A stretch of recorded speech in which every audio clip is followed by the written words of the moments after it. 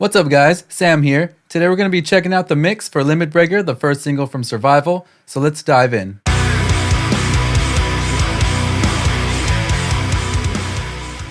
So I'm going to play it from the pre-chorus. Let's take a listen.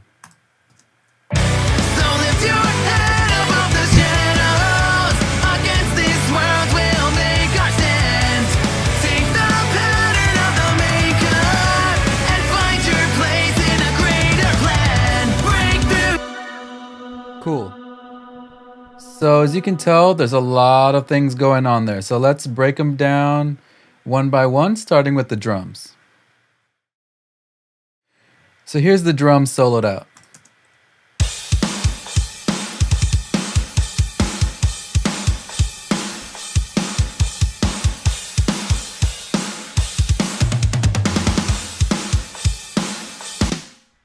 Cool. So I like to start every mix with the drums because I think of them as kind of the skeleton of the song that the other pieces are placed around. So I give a lot of importance to the drums. We're going to go ahead and check out the bass so you can see how I would carve something around the drums in a mix. So here's the bass.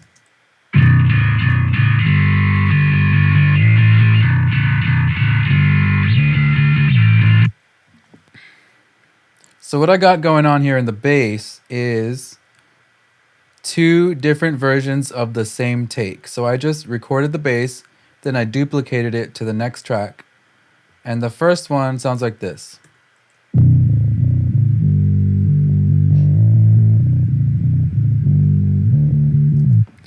Pretty much just a classic bass amp tone.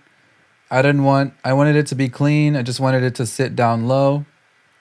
So the next one I have going on here is it's kind of a bass distortion track. I put it through a guitar amp just to give it some extra grind and overdrive. I'll let you hear it.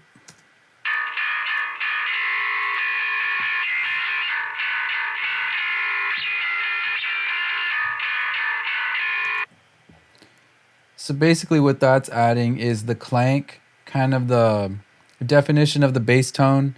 You don't want it to be all flub, but for this particular mix, I didn't add a lot of that distorted bass track because I wanted the bass to sit down low and not really be competing with the rest of the upper mid-range instruments that are going to be coming in a bit.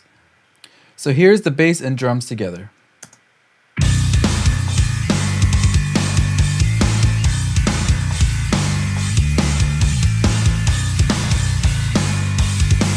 Cool.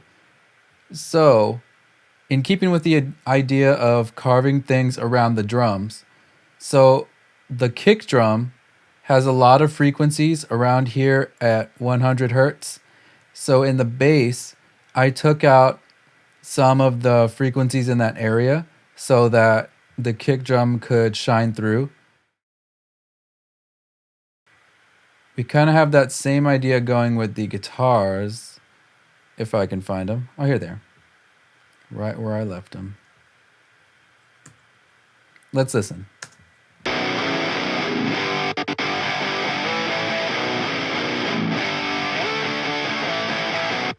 So what I did with the guitars here is I cut out a lot of the low end. As you can see, I high pass them up to 100 hertz over here. Most of the time, guitars coming through amps like this have a lot of bass frequencies. It sounds cool in the room, but in a mix, you want to conserve space and not make anything overstep its bounds. So my idea here was the guitars occupy the higher mid-range, and then the bass fills out the bottom. So when you put them together like this, it sounds like one big instrument.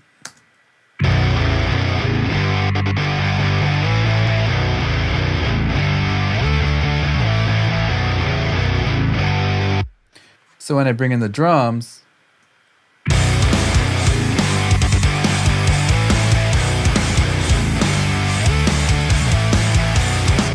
it sounds like that. So next we're going to bring in the synths. Let's take a listen to what that sounds like. Just the instrumental mix. Let's see.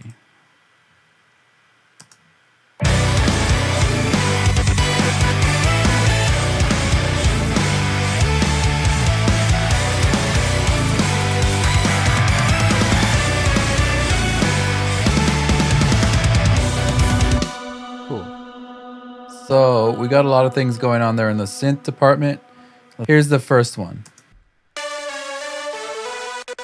It sounds cool, but in the mix, it sounds kind of thin. So what I added is this. It's kind of a more abrasive sounding noise. Some of the notes are actually harmonizing, but it's blended into the top so that together they sound like this.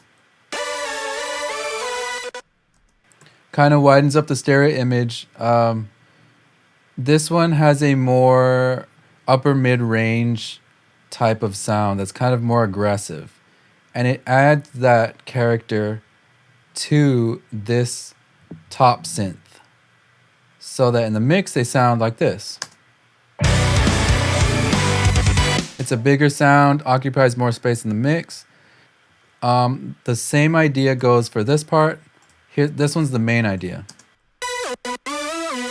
Cool. So it also kind of sounded a little flat, so I added some more dimension by adding this one. It's got a lot of air in that one. Stick them together, they sound like this. This one right here adds some, it's kind of a lower sounding synth noise, but it adds some upper harmonics, which kind of sound like, I'll let you hear it. It kind of has a grindy sound, maybe like a bee buzzing, kind of a buzz going on. So I wasn't really looking for low end for this synth noise, but what I was going for was adding that texture to these synths already. It's thicker, it sounds, it occupies more of a larger frequency range, so it sticks out more than this one. Kind of a mechanical sound. It's kind of scratchy, a lot more abrasive than these, but blended in together.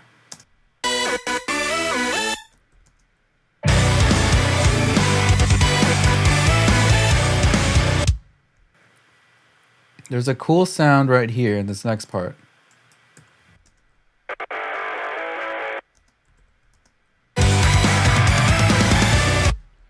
Those are actually guitars that I filtered out.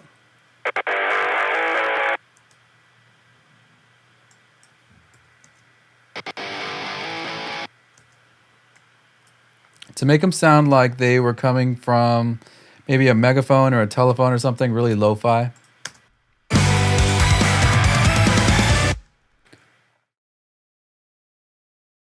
So let's check out those vocals. So for the lead vocals, I kind of take the same approach with the stacking and making something maybe a little bit larger than life. Whenever I track vocals, whether it be me or someone else that's doing the singing, I take 3 complete takes of the same thing. So 3 different ones. So I track the chorus one time, track it again, all the same way, all the same notes, as close as I can get, so that you can stack them on top of each other. And so let's hear what it sounds like with just one vocal. So this is just one take of the lead vocal. So lift your head above the shadows. Against this world we'll make our stand. Cool. So in the mix, So lift your head above the shadows. Against this world we'll make our stand. it sounds cool, but it sounds a little thin, kind of like lacking depth. So what I do when I bring in the other layers is I pan them left and right.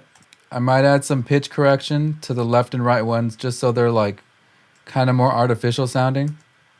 So lift your head above the shadows. Because I'm kind of going for a It's more of an effect that I'm going for. They're not as loud as the main vocal. So when we play them together, they sound like this. So lift your head above the shadows. Against this world we'll make our stand. It's a thicker sound. You don't really hear it when the mix comes in, but your brain perceives it. It hears the differences in the left side and the differences in the right side, and it perceives something larger than what's actually being presented. So lift your head above the shadows. Against this world we'll make our stand. So in keeping with the thickening and stacking idea, we add in the background vocals, lead vocals. So I'll play those. So lift your head above the shadows. So those notes complement the ones in the melody, the main melody. So lift your head above the shadows. Against this world we'll make our stand. Kind of sounds like a choir. I guess that's kind of what I'm going for there. Just something that harmonizes with the main melody. It makes it thicker, draws more attention to the words. Because after all, the words are the focus. The vocals are the focus of the song. So when we bring in all the harmonies, all the main vocals, let's hear what it sounds like. So lift your head above the shadows. Against this world we'll make our stand. Thank you guys for checking out my mix video. If you guys want to hear or learn anything else, let me know in the comments, and we'll see you guys next time on Behind the Mix.